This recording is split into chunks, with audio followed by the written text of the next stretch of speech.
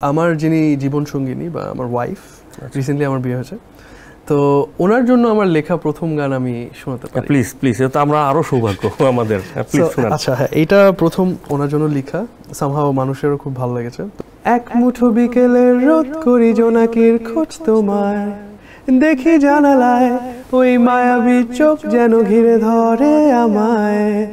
গধূলি বেলায় লাগে দক্ষিণা হাওয়া, মনে মায়াবী ছোঁয়া জাগায়।